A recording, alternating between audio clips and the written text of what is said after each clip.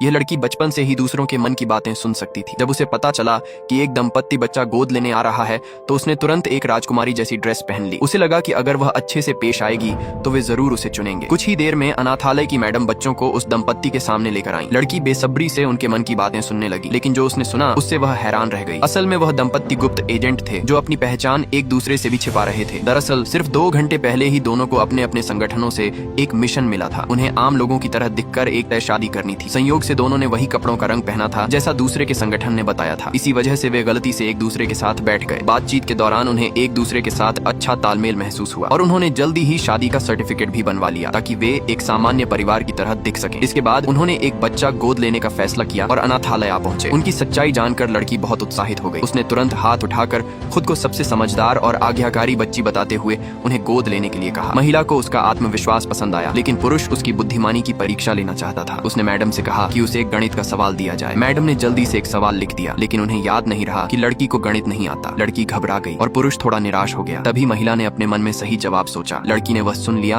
और तुरंत बोल दिया, लेकिन जब उसे लिखने को कहा गया तो उसे एहसास हुआ कि उसे लिखना भी नहीं आता। ये देखकर मैडम ने इशारों में उसे जवाब समझा दिया ताकि वह किसी तरह सही लिख सके। लड़की ने इशारों के अनुसार नंबर लिख दिए। भले ही उसकी लिखावट खराब थी, लेकिन पुरुष फिर भी संतुष्ट हो गया और इस तरह वह उनकी बेटी बन गई। घर लौटने के बाद जब वे सफाई करने लगे तो लड़की ने फिर उनके मन की बातें सुन ली। उसे पता चला कि दोनों के संगठन एक दूसरे के दुश्मन हैं। अपने नए परिवार की रक्षा के लिए उसने तय किया कि वह उनकी असली पहचान छिपाने में मदद करेगी। उसी रात महिला को एक नया मिशन मिला। उसे एक पार्टी में जाना था। शक से बचने के लिए संगठन ने उसे एक पुरुष साथी लाने को कहा। महिला ने उस पुरुष से अगले दिन साथ चलने को कहा। पुरुष हैरान हुआ क्योंकि उसका मिशन भी उसी पार्टी में जाना था। उसने हामी भर दी, लेकिन झूठ बोला कि वह पहले से वहां जाकर तैयारी करेगा। जब लड़की को उनके मिशन के बारे में पता चला तो उसने जिद की कि वह भी पार्टी में जाएगी। उसकी जिद और रोने धोने के आगे वे हार गए और उसे साथ ले जाने को तैयार हो गए। अगले दिन महिला लड़की को लेकर पार्टी के प्रवेश द्वार पर पहुंची। वहां उसने देखा कि पुरुष गेट पर खड़ा मेहमानों का स्वागत कर रहा है। उसने तुरंत पूछा, तुमने तो कहा था कि तुम्हें ओवर टाइम करना है। पुरुष चुप हो गया। उसे समझ नहीं आया कि क्या जवाब दे। तभी लड़की ने तुरंत झूठ बोल दिया, पापा सच में यही काम कर रहे हैं।